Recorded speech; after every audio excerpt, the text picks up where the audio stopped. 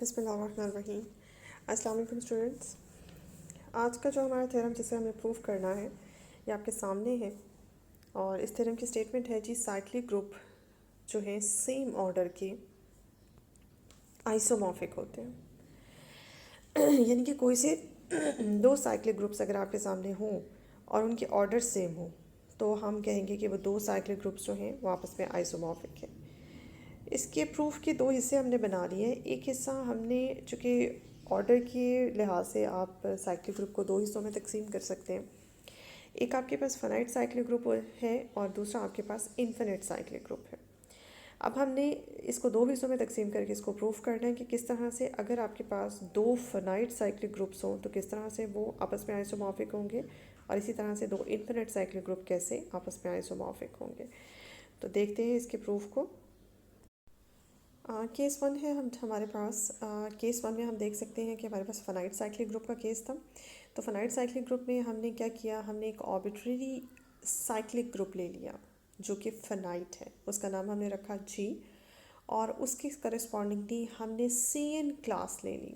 C N class जैसे कि हम जानते हैं nth रूट ऑफ यूनिटी की क्लास है और ये nth रूट ऑफ यूनिटी की क्लास ये फाइनाइट क्लास होती है, इसका ऑर्डर n होता है और ये ग्रुप बनाता है। ये बेसिकली एक ग्रुप होती है, nth रूट ऑफ यूनिटी से एक ग्रुप बनता है और ये आपके पास एक साइक्लिक ग्रुप होता है। हम इससे पहले जानते हैं। अब आपके पास एक आपने general group finite cyclic G ले लिया और एक आपने specific group finite cyclic C n ले लिया। अब हम क्या करेंगे, हम ये शो करेंगे कि हमारा ये जनरल जो ग्रुप है फाइनाइट साइक्लिक ये इस सी एन के साथ आइसोमॉर्फिक है। उसके बाद देखते हैं कि हम ये क्यों करेंगे, उसकी वजह मैं आपको बाद में बताऊंगी, लेकिन पहले हम ये आइसोमॉर्फिज्म इन दोनों के दरमियान शो करते हैं।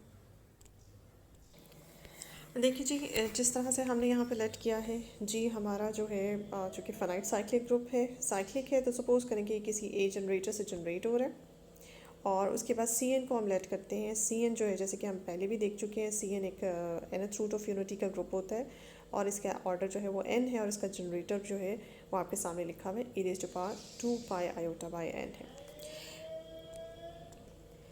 इसमें आप देख सकते हैं कि आप चूँकि हमने दिखाना है कि ये दोनों आपस में आइसोमॉर्फिक हैं, इसलिए आपने एक आइसोमॉर्फिज्म जनरेट करनी है जी और सी एन के दरमियान।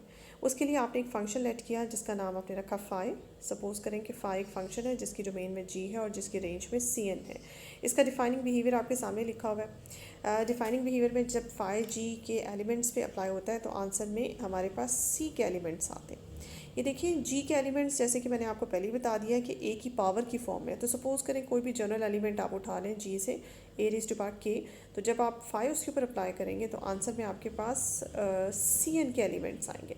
अब सी एन के एलिमेंट्स जो है वो e raise to power 2 pi iota by n की डिफरेंट पावर्स हैं। तो देखिए आपके पास यहाँ जो आंसर में आया है वो e raise to power 2 pi iota by n के साथ 2 पाई आयोटा के साथ आपका के यहाँ मल्टीप्लाई हो रहा है। ये के वही है जो के इस तरफ लिखा हुआ है। दोनों के मैं सेम कर देती हूँ ताकि आपको कन्फ्यूजन ना हो। ये के और उस के में कोई फ़र्क नहीं है, यानी कि जो यहाँ पे ए की पावर होगी वही पावर यहाँ पे e raise to power 2 pi iota by n की आ जाएगी। या इसको दूसरे लफ्ज़ों में आप ऐसे भी लिख सकते हैं। आप इसको लिख लें, दिस इज़ इक्वल्स टू, आप इसे ऐसे लिखें कि फ़ाई जब ए के पे अप्लाई होता है तो आंसर में आपके पास e raise to power 2 pi iota by n की होल पावर आपके पास के आ जाती है। इसको इस तरह से लिख लें या इस तरह से लिख लें, बात एक ही है, ठीक है।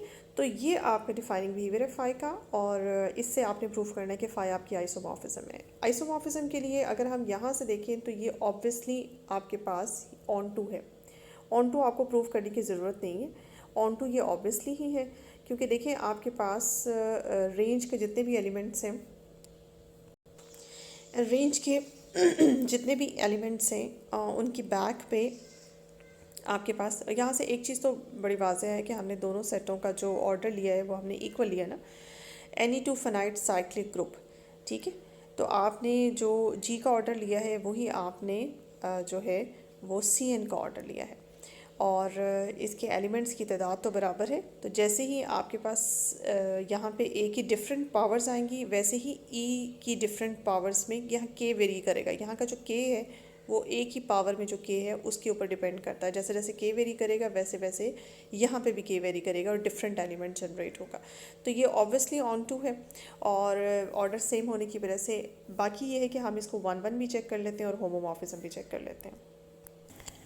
जी, तो अब हमने शो करना है कि हमारा फाई जो है वो 1 1 है। इसमें आप देख सकते हैं कि फाई 1 1 शो करने के लिए हमें ये चाहिए होता है कि हम डोमेन से दो एलिमेंट सेलेक्ट करें। एक एलिमेंट हमने ए रेज़ टू पावर के लिया, एक element a raise to power l लिया और हमने सपोज़ किया कि इन दोनों के ऊपर फाई का बिहेवियर जो है वो बराबर है।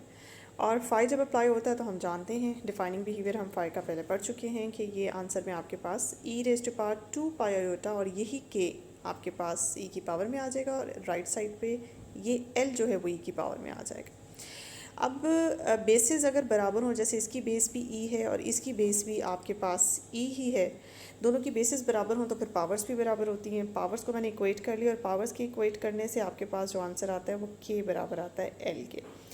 अगर के एल के बराबर है तो इसका मतलब है ए रेज़ टू पावर के जो है वो ए रेज़ टू पावर एल के बराबर है। और देखिए यही हमारा 1 1 का प्रूफ बन जाता है कि फाई ऑफ ए के बराबर था फाई ऑफ ए एल के। दिस इम्प्लाइज ए के बराबर है ए एल के। तो दिस शोज़ कि आपका फाई 1 1 फंक्शन है। अब हम चलते हैं जी होमोमॉर्फिज्म की तरफ। होमोमॉर्फिज्म में आपको नज़र आ रहा है जैसे कि होमोमॉर्फिज्म में हमने डोमेन से दो एलिमेंट सेलेक्ट करने होते हैं। एक element a raise to power k और एक element a raise to power l select किया, उसके ऊपर हमने फाई अप्लाई किया और फाई अप्लाई करने के बाद हम देख सकते हैं कि ए की पावर में दोनों के और एल इकट्ठे हो गए। अब जब फाई अप्लाई होता है तो बाय डेफिनेशन इस तरह से खुलता है। इस तरह से खुलने के बाद हमने ये पावर्स में दोनों को स्प्लिट कर लिया। A raise to power 2 pi iota के बाय एल एन अलग कर लिया और एल बाय एन अलग कर लिया। फिर बाद में हम जानते हैं कि ये बनता है phi into a raise to power phi. जब ए की पावर के भी अप्लाई होता है तो ये आंसर बनता है और इसका आंसर है phi a raise to power l. तो यहाँ से आप देख सकते हैं कि होमोमॉर्फिज्म क्वालिटी भी आपने प्रूव करके दिखा दी फाई के ऊपर। तो जैसे कि हमने देखा कि हमारे पास अगर हम कोई भी फिनाइट साइक्लिक ग्रुप जी कंसिडर करते हैं, वो जी जो है वो सी एन के साथ होमोमॉर्फिक आइसोमॉर्फिक हो जाता है। यानी कि हम लिख सकते हैं कि जी जो है वो आइसोमॉर्फिक है सी एन के साथ। सिमिलरली कोई और साइक्लिक ग्रुप जो फिनाइट ऑर्डर का होता है, फॉर एग्जांपल से एच है, वो भी इसी तरह से दिखाया जा सकता है कि वो सी एन के साथ आइसोमॉर्फिक है। एंड आइसोमॉर्फिज्म की जो प्रॉपर्टी है वो चूँकि ट्रांजिटिव होती है, तो इस ट्रांजिटिव प्रॉपर्टी को इस्तेमाल करते हुए हम कह सकते हैं कि if first one is isomorphic with the second one and second one is the isomorphic with third one, this implies by transitive property that first is isomorphic with the third one।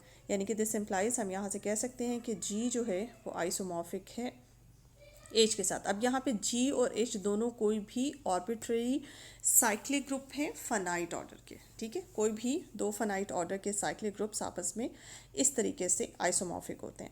अब हमने एक part तो कर लिया जिसमें हमने दिखाना था कि दो फनाइट साइक्लिक ग्रुप आइसोमॉर्फिक होते हैं। अब हम दिखाते हैं कि किस तरह से दो इन्फिनिट साइक्लिक ग्रुप भी आइसोमॉर्फिक होते हैं।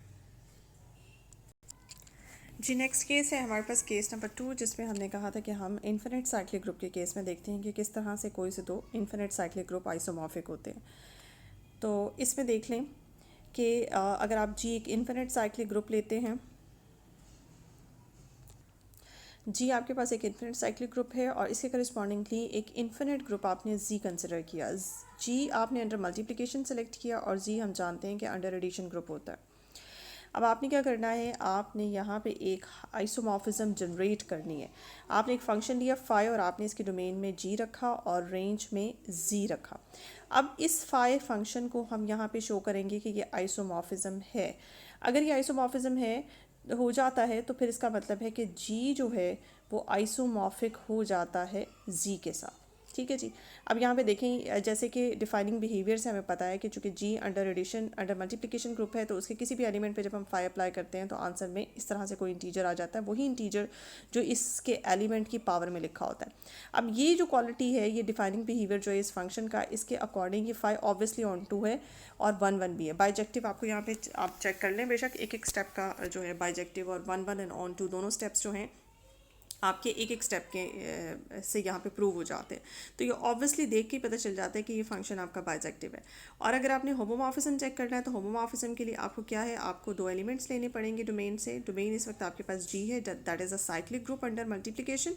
यहाँ से आपने दो एलिमेंट सेलेक्ट किए और इस तरह से उनकी पावर्स एडअप की और फाई अप्लाई होने के बाद बाय डेफिनेशन ऑफ फाई जो आपके पास आंसर आता है वही यही पावर के आपके पास इंटीजर्स आ जाते हैं।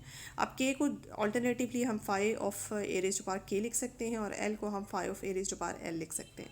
ठीक है जी। तो इस तरह से आपका प्रूव हो जाता है कि आपका फाई जो है वो होमोमॉर्फिज्म है। अब फाई यहाँ पे बन गई आपकी आइसोमॉर्फिज्म, जिससे पता चलता है कि जी जो है वो आइसोमॉर्फिक है जी के साथ। अब जी क्या है, एक इन्फिनिट साइक्लिक ग्रुप है, ये इन्फिनिट साइक्लिक ग्रुप जी के साथ आइसोमॉर्फिक है।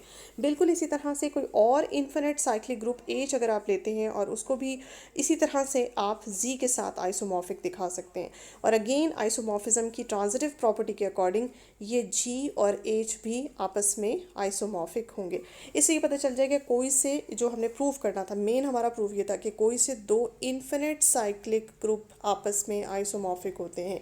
इससे पहले हम ये कर चुके हैं कि कोई से दो फाइनाइट साइक्लिक ग्रुप भी आपस में आइसोमॉर्फिक होते हैं। उसमें हमने CN का यूज़ किया था, यानी कि nth रूट ऑफ यूनिटी का ग्रुप हमने सेलेक्ट किया था और यहाँ हमने इन्फिनिट ग्रुप, वो चूँकि वो फाइनाइट केस था और यहाँ पे चूँकि इन्फिनिट केस है तो इन्फिनिट केस के लिए हमने एक इन्फिनिट फिक्स्ड ग्रुप का यहाँ पे एक ऑर्बिट्री इन्फिनिट साइक्लिक ग्रुप और एक फाइनाइट और एक इन्फिनिट हमने ग्रुप लेकिन फिक्स्ड ग्रुप का यहाँ पे सिलेक्शन की।